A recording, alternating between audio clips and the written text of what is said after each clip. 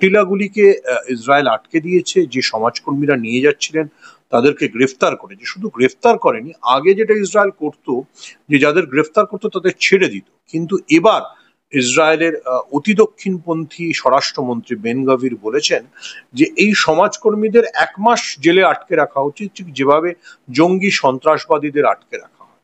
দেখুন, ইসরায়েলের আচরণের বিরুদ্ধে কিভাবে পৃথিবীতে ক্ষোভ ছড়িয়ে পড়ছে সেটা সম্পর্কে তেল আভিভ বা নেতানিয়াহু বা বেন গাভিরের কোনো ধারণা নেই। এটা একটা খুব খুব জরুরি বিষয় যে গোটা পৃথিবী কিভাবে ইসরায়েলের গণহত্যাকে দেখছে। সেই গণহত্যাকে দেখার পরিপ্রেক্ষিতে আবারও বলছি, ইসরায়েল চেষ্টা করছে গাজাকে সম্পূর্ণ মানুষ শূন্য করে দেওয়া, সেখান থেকে সব প্যালেস্তাইনিকে বার করে দেওয়ার, কিন্তু সমস্ত প্যালেস্তাইনি মানুষ, ফিলিস্তিনি মানুষের গাজা থেকে চলে আসার উপায় নেই। অনেকে অশক্ত, অনেকে দুর্বল, অনেকে অসুস্থ, তাদের কি হবে? তো সেই পরিপ্রেক্ষিতে আবারও বলছি, গাজায় যা হচ্ছে, ইসরায়েল যা করছে সেটা একটা গণহত্যা ছাড়া আর কিছু নয়। গোটা পৃথিবীর সুস্থ মস্তিষ্কের মানুষের এর প্রতিবাদ করা উচিত, এবং ইসরায়েলকে যারা সমর্থন করছেন সেই ডোনাল্ড ট্রাম্প বা আমেরিকাকে মনে করিয়ে দেওয়া উচিত এই গণহত্যা চলতে পারে। গাজায় যেটা চলছে, ইসরায়েল যেটা চালাচ্ছে, সেটা একটা নিয়ন্ত্রিত, নরমেদ যোগ্য বা একটা জেনোসাইড। এটাকে আপনি জেনোসাইড ছাড়া আর কিছু বলতে পারবেন না, এবং রাষ্ট্রপুঞ্জও সেটাই মনে করে। এবার ইসরায়েল এতটাই একটা নির্লজ্জ দেশ যে তাদের প্রধানমন্ত্রী নেতানিয়াহু যখন রাষ্ট্রপুঞ্জে বক্তৃতা দিতে গেছিলেন, তখন অধিকাংশ দেশের কূটনীতিক উঠে বেরিয়ে যান। তাতেও তারা বোঝেনি যে জনগণ, গোটা পৃথিবীর জনগণ ইসরায়েলকে এখন কতটা ঘৃণা করছে। আমি আর একটা কথা আপনাকে মনে করিয়ে দিই, আপনি যে কথাটা বলছিলেন যে একটা ফ্লোটিলা, বড় অনেকগুলি দেশের একটা মিলিত উদ্যোগ ইসরায়েলকে অতিক্রম করে তারা গাজায় যে ত্রাণ সামগ্রী পৌঁছে দেওয়ার চেষ্টা করেছিল, সেই ফ্লোটিলাগুলিকে ইসরায়েল আটকে দিয়েছে, যে সমাজকর্মীরা নিয়ে যাচ্ছিলেন তাদেরকে গ্রেফতার করেছে। শুধু গ্রেফতার করেনি, আগে যেটা ইসরায়েল করতো যে যাদের গ্রেফতার করতো তাদের ছেড়ে দিত, কিন্তু এবার ইসরায়েলের অতি দক্ষিণপন্থী স্বরাষ্ট্রমন্ত্রী বেন গাভির বলেছেন যে এই সমাজকর্মীদের 1 মাস জেলে আটকে রাখা উচিত, ঠিক যেভাবে জঙ্গি সন্ত্রাসবাদীদের আটকে রাখা হয়।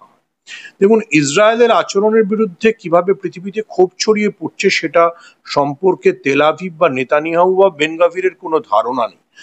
আমি দেখছিলাম যে স্পেনে আজকে গোটা স্পেন জুড়ে তুমুল বিক্ষোভ হয়েছে, প্রায় স্পেনে একটা অঘোষিত বন্ধ পালিত হয়েছে, কারণ এই যে সমস্ত দেশগুলি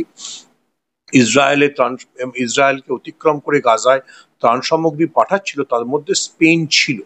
স্পেনের মানুষরা অত্যন্ত অত্যন্ত বিক্ষুব্ধ যে কিভাবে গাজায়, যে আমি শব্দটা ব্যবহার করলাম জেনোসাইড বা গণহত্যা ইসরায়েল চালাচ্ছে, এবং তার বিরুদ্ধে গোটা বিশ্ব কোনো ব্যবস্থা নিচ্ছে না। তো ইউরোপের একটা দেশে আমরা বিক্ষোভ দেখতে পেয়েছি, ইউরোপের অন্যান্য দেশে যে বিক্ষোভ ছড়িয়ে পড়বে না বা এই বিক্ষোভ আরো ভয়ঙ্কর চেহারা নেবে না, তা আমরা জানি না। আমি যতটুকু রাজনীতিকে বুঝি, তাতে আমার মনে হয় যে ইসরায়েলের কাছ থেকে কোনো মানবতা বা কোনো সুস্থ ব্যবহার প্রত্যাশা করা উচিত না। আপনি বলছেন খাবার মানে কি বলে যেতে বাধা দেওয়া হচ্ছে। আমি আপনাকে মনে করাবো, আমি ইসরায়েল এবং প্যালেস্তাইন সম্পর্ক নিয়ে অনেক কাজ করেছি, আমাদের একটা বইও আছে। তো এমনও হয়েছে যে ইসরায়েল যখন খাবার উপর থেকে ফেলা হয়েছে, 3টি মুসলিম দেশ যখন খাবার ফেলেছে, সেই খাবার সংগ্রহ করতে যখন ফিলিস্তিনিরা এসছে, তাদের উপর ইসরায়েল গুলি চালিয়েছে, এবং সেই গুলি চালানোটা কত নিষ্ঠুর ছিল। তারা অন্য দেশ থেকে ভাড়াটে সৈন্য এনে গুলি চালিয়েছে। তো একজন মার্কিন প্রাক্তন সেনানী, যিনি ওই গুলি চালনার ঘটনার সময় ছিলেন, যার চোখের সামনে ঘটনা ঘটেছে, তিনি পরবর্তীকালে আমেরিকায় ফিরে এসে বলেছেন এটা একটা জঘন্য গণহত্যা হচ্ছে, মানুষ খাবার নিতে আসছে, তার উপর গুলি চালনা। তো কে ইসরায়েলকে বোঝাবে বলুন? ইসরায়েল একটা মানে আমি বলবো যে ইসরায়েল বা ইহুদিদের সম্পর্কে আমরা ভাবতাম যে দ্বিতীয় বিশ্বযুদ্ধের সময় হিটলার তাদের উপর কি জঘন্য অত্যাচার চালিয়েছিল, কিভাবে মানবতা বিরোধী কাজ করেছিল, সেই ইসরায়েল আজকে রাষ্ট্র হিসেবে যেভাবে ফিলিস্তিনিদের উপর ট্রিট করছে, যেভাবে ফিলিস্তিনিদের উপর অত্যাচার চালাচ্ছে, যেভাবে ফিলিস্তিনি শিশুদের খাবার থেকে বঞ্চনা করছে, যেভাবে ফিলিস্তিনি অশক্ত মানুষদের চিকিৎসার সুযোগ দিচ্ছে না, তা মানবতার ইতিহাসে সবচেয়ে ঘৃণ্য ঘটনা হয়ে থাকবে। এবং আমি মনে করি এটা একটা জঘন্য গণহত্যা। আমেরিকা এটাকে মদদ দিচ্ছে। এটা আমেরিকা এবং ইসরায়েলকে কিভাবে গোটা বিশ্ব থামাতে পারে, সেটা গোটা বিশ্বকে সিদ্ধান্ত নিতে হবে। দাদা যে মনে হয় এটাকে এই মুসলিম ইহুদি এই প্রতর্কে না ফেলা ভালো। এটা একটা মানবতা বিরোধী কাজ। যারা জাহাজ পাঠাচ্ছিল সেই দেশগুলির সমস্যাটা অন্য। সেই দেশগুলির সমস্যাটা হচ্ছে সেটা তারা তাদের অ্যাক্টিভিস্টরা এটা করছে। দেখুন, যদি অ্যাক্টিভিস্টরা একটা জাহাজ নিয়ে যায়, ইসরায়েল যেরকম যুদ্ধবাজ একটা আগ্রাসনের দেশ, তারা তো তাদের যুদ্ধ জাহাজ দিয়ে সেই জাহাজগুলোকে আটকে দেবেই। যতক্ষণ না অন্য কোনো দেশ সেনাবাহিনী দিয়ে এই ইসরায়েলের সেনাবাহিনীকে অতিক্রম করে ত্রাণ পৌঁছে দিচ্ছে, ততক্ষণ আমার মনে হয় ইসরায়েল এই নরমেধযোগ্য বা গণহত্যাটা চালিয়ে যাবে। আবারও আমি বলছি, ইসরায়েল যেটা করছে সেটা জঘন্য যুদ্ধাপরাধ, সেটা সেটা গণহত্যা। তার বিরুদ্ধে ওই ফ্লোটিলা দিয়ে হবে না, তার বিরুদ্ধে অন্য সব দেশগুলিকে পাল্টা সামরিক ব্যবস্থা নিতে পারলেই একমাত্র হবে। তাহলে কি আপনি যে কথাটা বললেন যে জেনোসাইড, গণসংহার যে হচ্ছে ইসরায়েলে, সেটা কি আদতে মানে হিটলার ইহুদিদের সঙ্গে যেমনটা করেছিল, আজ ইহুদিরা বা ইসরায়েলিরা, ইসরায়েল সরকার সেটা গাজার মানুষের জন্য করছে, মুসলিমদের জন্য করছে? এই বিষয়ে তো কোনো সংশয় রাখার দরকার নেই।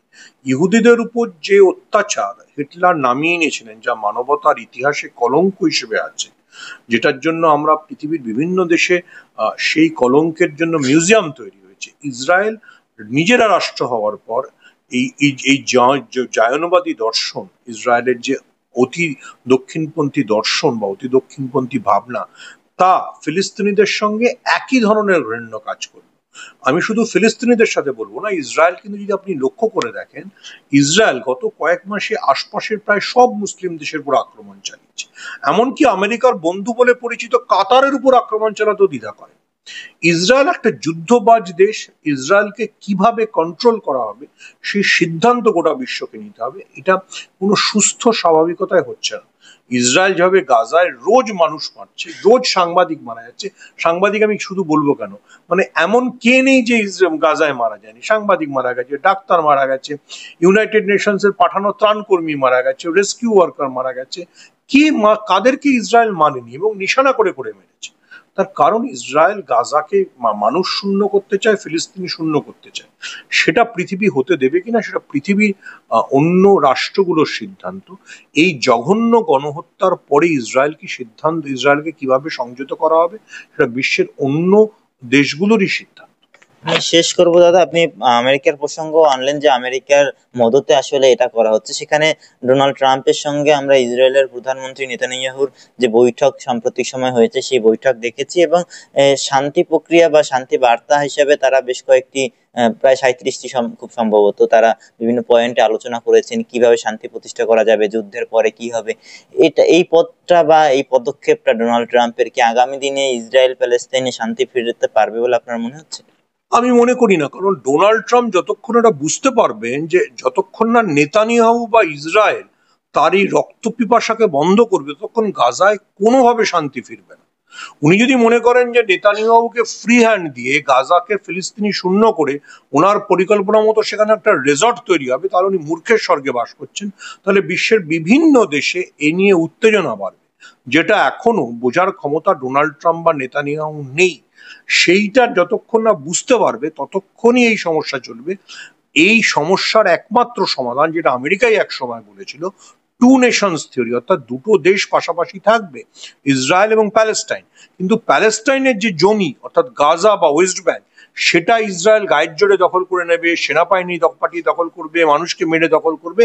সেটা কোনো সুস্থ উপায় হতে পারে না। এটা ইসরায়েলের গণহত্যার চক্রান্ত। ইসরায়েল যতক্ষণ আর নিজের গণহত্যা বা আগ্রাসনকারী সিদ্ধান্ত থেকে পেছনে হচ্ছে, ততক্ষণ এটার সমাধান হবে না।